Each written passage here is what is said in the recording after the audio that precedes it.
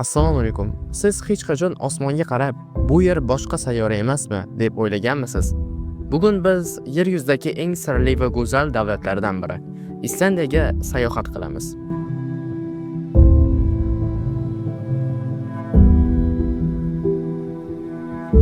Qor bilan qoplangan tog'lar, vulqonlar, shimoliy yog'du va noma'lum qonunlar.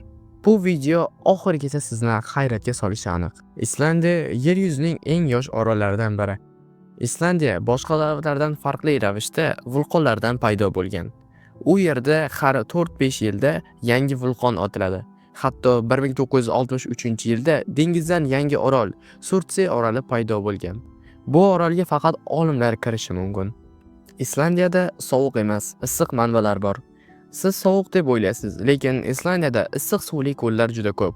Blue Lagoon degan joy bor. Tashqarida havo -5 daraja, lekin suv 38 daraja issiqdi. Buni tabiatning sipayi desa ham bo'ladi. Islandiyada familiya yo'q. Ha, Islandiyada odamlarning familiyasi yo'q. Ular otasining ismini olib, oxiriga son yoki dotterni qo'shishadi. Masalan, Jonning o'g'li Jonson, Jonning qizi Jonsdottirdir. Bu yerda hech qanday armiyaga ega emas. Islandiya armiyasiz yashayotgan kam sonli davlatlardan biri. Ular NATO a'zosi, lekin o'zining harbiy kuchi yo'q. Bu davlatda so'nggi urush hech qachon bo'lmagan. Islandiyada McDonald's yo'q. Dunyo bo'ylab millionlab McDonald's bor, lekin Islandiyada yo'q. 2009-yilda iqtisodiy inqiroz tufayli yopilgan va boshqa ochilmagan. Islandiyaliklar mahalliy ovqatlarni afzal ko'radi. Shimoliy nurlar tabiiy mo'jiza. Islandiyada Aurora Borealis, ya'ni shimoliy nurlar ko'rish mumkin. Bu hodisa faqat juda kam joylarda sodir bo'ladi. Har yili minglab sayyohlar faqat mana shu manzara uchun kelishadi.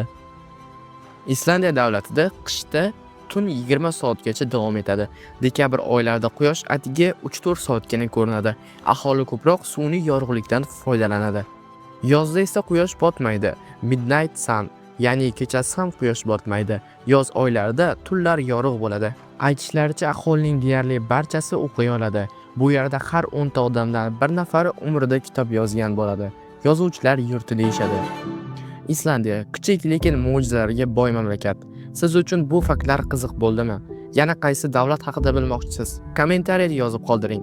Videoga like bosing, kanalga obuna bo'ling va keyingi sirli safarlarda ko'rishguncha xayr, salomat bo'ling.